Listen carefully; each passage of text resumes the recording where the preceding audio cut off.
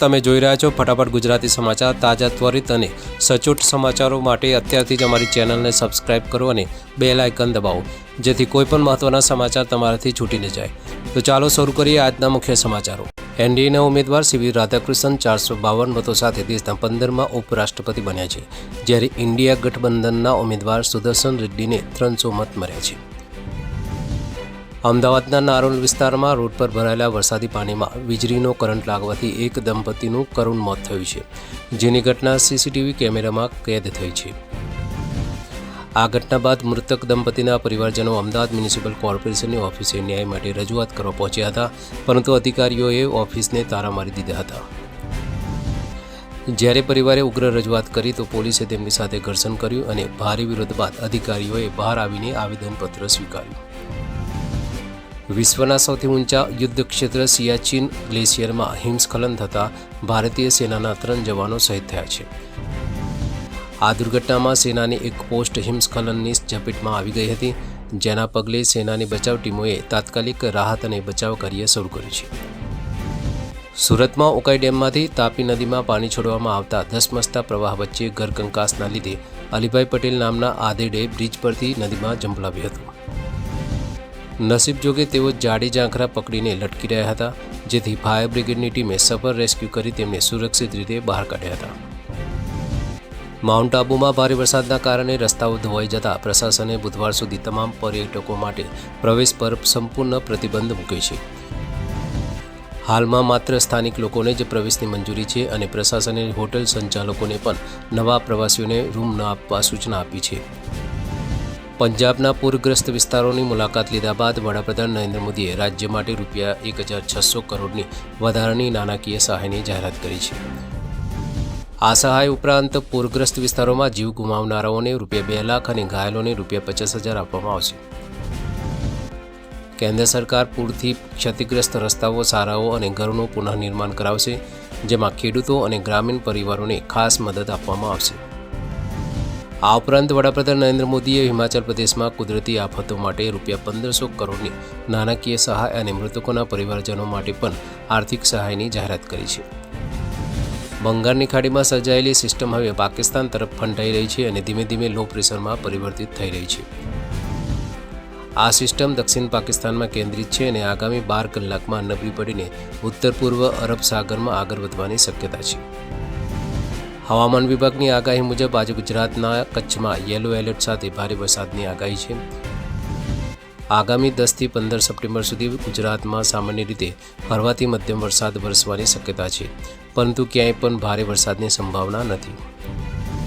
માછીમારોને આગામી 2 દિવસ માટે દરિયો ન ખેડવા માટે સૂચના આપવામાં આવી છે, કારણ કે દરિયાકાંઠે 45 થી 55 કિલોમીટર પ્રતિ કલાકની ઝડપે પવન ફૂંકાઈ શકે છે. બનાસકાંઠા જિલ્લાના વાવ અને સુઈગામ તાલુકામાં ભારે વરસાદ અને જળબંબાકારની પરિસ્થિતિને કારણે 10 સપ્ટેમ્બર 2025ના રોજ તમામ શૈક્ષણિક સંસ્થાઓમાં રજા જાહેર કરવામાં આવી છે. વરસાદના કારણે નાગલા ગામ સંપૂર્ણપણે પાણીમાં ગરકાવ થઈ ગયું છે, જ્યારે સરહદીય વિસ્તારોમાં પૂર જેવી પરિસ્થિતિ જોવા મળી રહી છે. એનડીઆરએફની ટીમો દ્વારા યુદ્ધના ધોરણે બચાવ કાર્ય હાથ ધરવામાં આવ્યું છે અને અત્યાર સુધીમાં 380થી વધુ લોકોને સુરક્ષિત સ્થળે ખસેડવામાં આવે છે. જિલ્લા કલેક્ટર દ્વારા વિદ્યાર્થીઓની સુરક્ષા અને અવરજવરની મુશ્કેલીને ધ્યાનમાં રાખીને આ મહત્વપૂર્ણ નિર્ણય લેવામાં આવ્યો છે. ભારત તેની નૌકાદળને વધુ શક્તિશાળી બનાવવા માટે પ્રથમ પરમાણુ સંચાલિત વિમાનવાહક જહાજ INS વિશાલ વિકસાવવા માટે જઈ રહી છે, જે કોચિન શિપયાર્ડ લિમિટેડ ખાતે બનાવવામાં આવશે.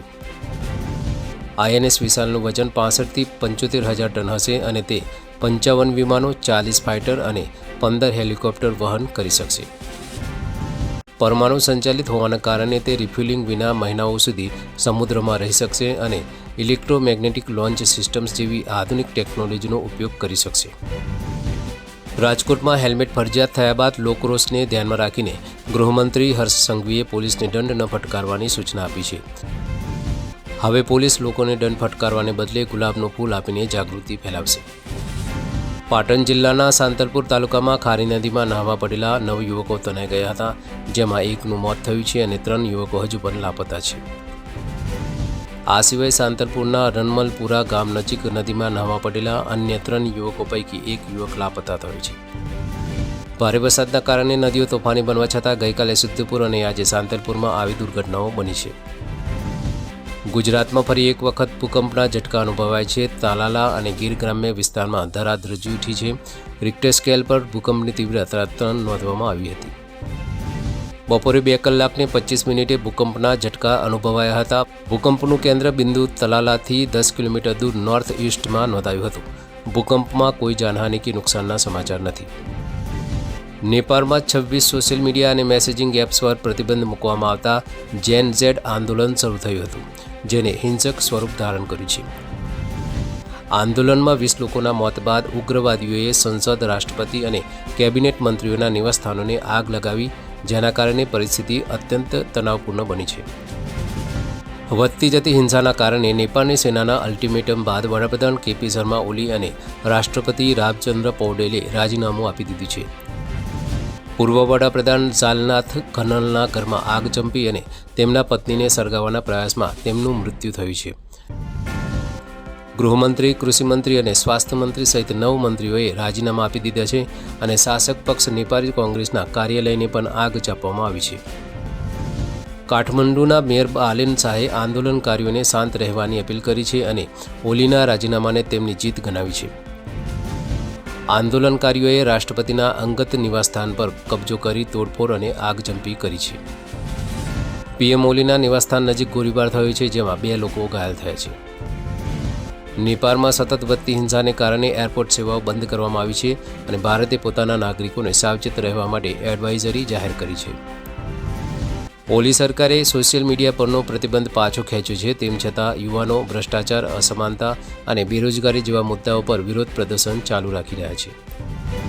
ઇઝરાયેલે કતારની રાજધાની દોહામાં હમાસના વરિષ્ઠ અધિકારીઓને નિશાન બનાવીને એર સ્ટ્રાઇક કરી છે.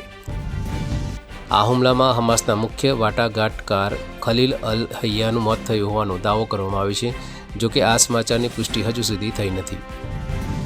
2026નો T20 વર્લ્ડ કપ 7 ફેબ્રુઆરીથી શરૂ થઈ શકે છે, જેનું સંયુક્ત આયોજન ડિફેન્ડિંગ ચેમ્પિયન ભારત અને શ્રીલંકા કરશે. રાજકીય સંબંધોના કારણે ભારત-પાકિસ્તાન એકબીજાના દેશમાં ક્રિકેટ રમતા નથી. તેથી જો પાકિસ્તાન ફાઇનલમાં પહોંચશે તો મેચ શ્રીલંકામાં યોજાશે. વસ્તી ઘટવાની સમસ્યાથી પરેશાન દક્ષિણ પૂર્વ યુરોપના દેશ ગ્રીસે વસ્તી વધારવાના હેતુથી 1.6 અબજ યુરો એટલે કે લગભગ 16,563 કરોડ રૂપિયાના પેકેજની જાહેરાત કરી છે. આ પેકેજમાં વધુ બાળકો ધરાવતા પરિવારોને ટેક્સમાં સંપૂર્ણ મુક્તિ અને અન્ય લાભો આપવામાં આવશે, જેનો ઉદ્દેશ્ય લોકોને વધુ બાળકો પેદા કરવા માટે પ્રોત્સાહિત કરવાનો છે.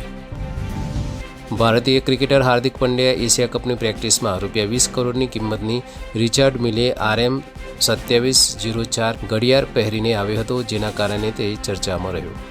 તો આ હતા આજના ફટાફટ ગુજરાતી સમાચાર. વધુ સમાચારો અને અપડેટ્સ માટે અમારી સાથે જોડાયેલા રહો. ફરી મળીશું આવતીકાલે નવા સમાચારો સાથે. જય હિન્દ.